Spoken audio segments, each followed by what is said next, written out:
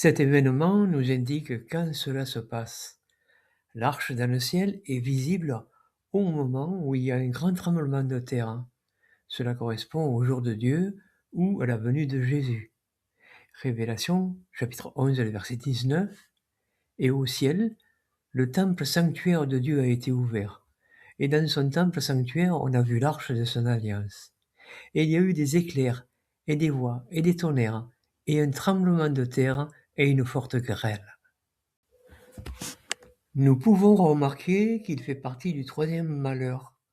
Le deuxième malheur est le récit des deux témoins, leur mort et leur résurrection, et le contexte est donc pendant la grande tribulation. Cet événement se situe à la fin du livre de la Révélation, au chapitre 11, qui explique ce qui se passe pendant une période de 1260 jours, ou 42 mois, ou 3 ans et demi. Ce verset vient à la fin de cette période où Jésus met fin à la grande tribulation. L'arche de l'Alliance dans le ciel indique un moment, car dans l'ancien Israël, on se rappelle que l'arche était visible un jour précis dans l'année.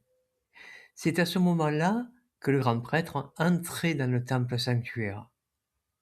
Ce moment nous indique un jour très précis. Il s'agit, dans le calendrier hébreu, du 10 Étanim ou 10 Tishri, qui selon les années est entre septembre et octobre.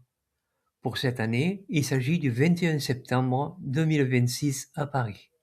Nous avons dans ce chapitre les 1260 jours, un événement important avec la mort des deux témoins et la vision de l'arche qui nous donne un jour précis. Il nous a donné aussi un lieu puisque les deux témoins meurent à Jérusalem, comme le dit le verset 8. Nous avons donc ici une chronologie qui nous mène au jour de Dieu, ou si vous préférez, à la venue de Jésus.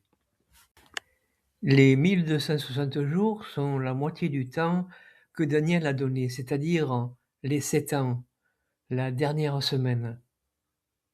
Il est évident que ce poste est fait pour ceux qui connaissent un petit peu la Bible. La majorité ne font pas de recherche profonde, par paresse ou par tiédeur.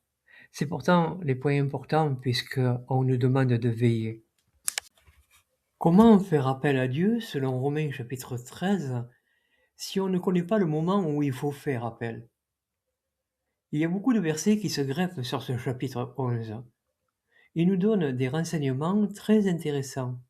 C'est pour cette raison que l'étude individuelle est très importante. Ici, j'ai donné les pensées les plus importantes, mais on peut creuser encore et lier des versets qui vont nous donner des précisions. Par exemple, je vous invite à lire Zacharie chapitre 14, qui est un parallèle du livre de la Révélation chapitre 11. On voit donc que la connaissance a des avantages. Elle nous permet de faire des bons choix. Nous pouvons aussi identifier les deux témoins, ce qui va augmenter la connaissance de l'époque où cela va se réaliser. C'est en suivant strictement ce qui est marqué dans la Bible que nous pouvons arriver à tirer des conclusions qui sont véridiques. Les témoins de Jéhovah pensent que les deux témoins sont Russell et Rutherford. Mais cette chronologie n'est pas possible puisque le temps des 1260 jours n'est pas respecté. Et le récit des deux témoins constitue le deuxième malheur.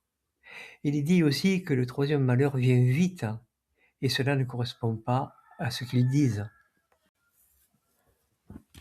D'autant plus qu'il est dit que les deux témoins prophétisent. Ils ne prêchent pas. Ce qui fait une différence notoire, puisque c'est contre leurs ennemis qu'ils prophétisent. En fait, ils leur font la guerre. Ils meurent à Jérusalem, ce qui n'est pas conforme à la pensée des témoins de Jéhovah.